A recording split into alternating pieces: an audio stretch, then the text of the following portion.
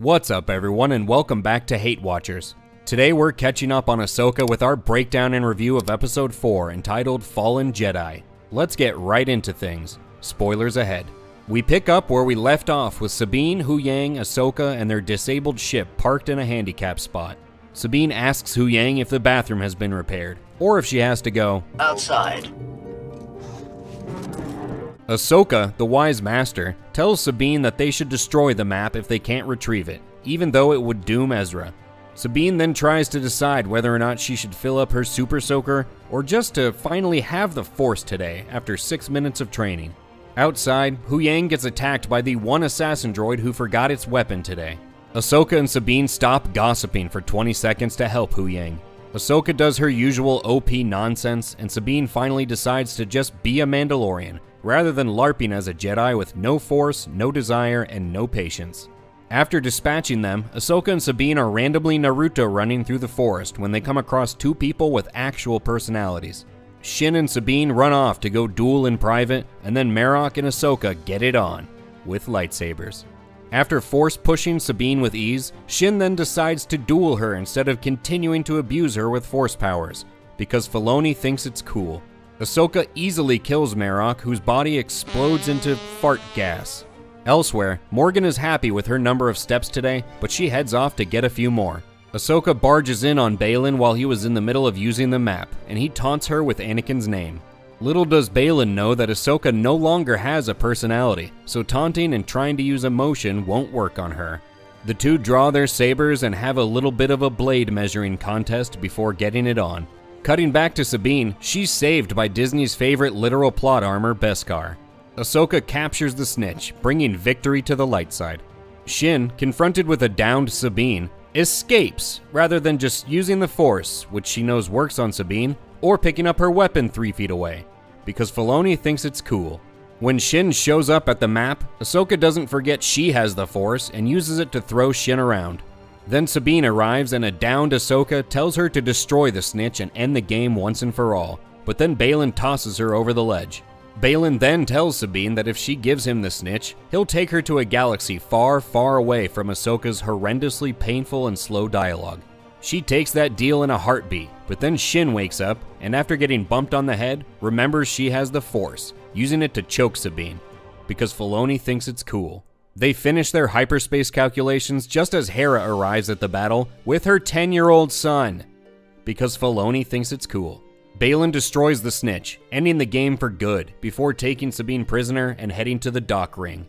Morgan then jumps her girthy dock ring into hyperspace, and we learn that it was only this shape to allow for this scene.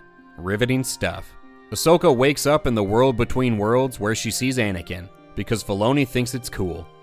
And the episode comes to an end. Well, we've reached that point in the video where we have to decide if this episode was a great watch or a hate watch. This is definitely the best episode of the show so far, and viewed on its own, it works its way into great watch territory, although the best word to describe this episode is decent. That being said, if Ahsoka took one more step or had one more line in the world between worlds, it would have been a hate watch. The world between worlds is dumb and has no place in Star Wars, but we'll jump off that bridge when we come to it, probably in the next episode. For now, we can enjoy the first decent episode of the season. We easily could have been at this point in the story by the second episode, but whatever. We're here now with meaningful, somewhat consequential action, some revelation on what these bad guys' motivations are, and the real obstacles our protagonists face in stopping them. Even though we can pretty much guarantee we won't like how the show resolves it, it does feel good to know that the bad guys are a galaxy away, and the good guys face a real uphill battle to get to them. It felt good seeing some action instead of the 6-word per minute dialogue we've been getting, although that was still present. And it feels good to watch the plot move forward with some significance after crawling along for 3 episodes. So yes, this was a decent episode and the best episode of the show so far, and one of the better Disney Plus Star Wars episodes to date. But even this decent episode was chock full of problems. And the biggest problem for this show is that the writing is simply crap. The dialogue is slow and awkward at best, and painful and cringy at worst. The pacing up to this point has been horrible, and the entire story so far is just one random plot convenience strung together with the next, and so on until the story accidentally moves forward and our heroes emerge victorious. And this episode is a great example of this problem. The droid that attacks Huyang doesn't have a weapon because then Huyang would be destroyed. Shin doesn't continue to use the Force on Sabine because it wouldn't allow them to duel. Shin then runs away instead of picking up her weapon or using the Force here because the plot needs her to be elsewhere. Hera brings her 10-year-old son to a battle so that he can make the dumbest, most obvious statement in the galaxy.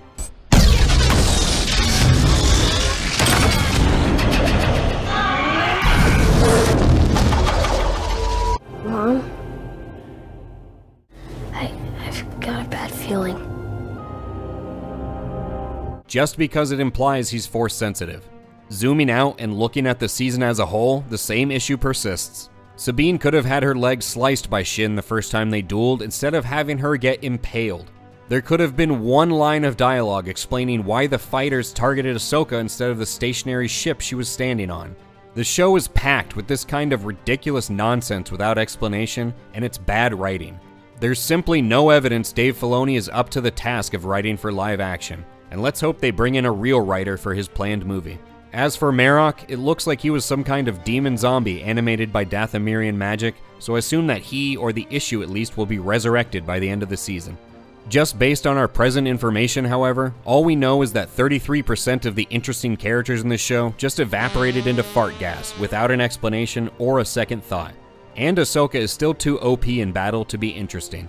Speaking of which, Ahsoka almost raised her voice in this episode, and almost displayed something resembling a personality. But she didn't, and the actress looked out of her depth swinging her saber around. Baylan definitely stood out as a major positive of this episode. He's intriguing, dangerous, and Ray Stevenson really brought him to life. In fact, he acts this character so well, and Ahsoka and Sabine are so poorly acted, that by comparison it comes off like Stevenson is actually overacting. And to be clear, I don't blame the actors for Ahsoka and Sabine's performances. The writing and directing is just atrocious. You can tell how desperate the fanbase is for a win based on the scary number of people saying that a decent episode is the greatest thing we've gotten in Star Wars in 20 years. It's sad, but desperate people do desperate things. Filoni just has to jingle the keys of fan service at the end of an episode to get everyone barking. Our advice? Don't get caught up in the sudden noise. This episode was just decent.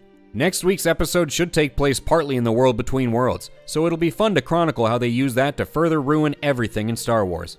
Also, we're waiting for the Ahsoka has the map burned into her hand and will use that and the whales to get to the other galaxy plotline. That'll be a doozy. Comment below. How did you feel about this episode? Did it address or make up for any previous issues you had with the series? Are you a fan of the time traveling and the space whales in Star Wars? Let us know. And remember to like the video if you liked it, and subscribe to HateWatchers to stay up to date on Ahsoka. Thank you for being just decent with us today, and we'll catch you on the next one.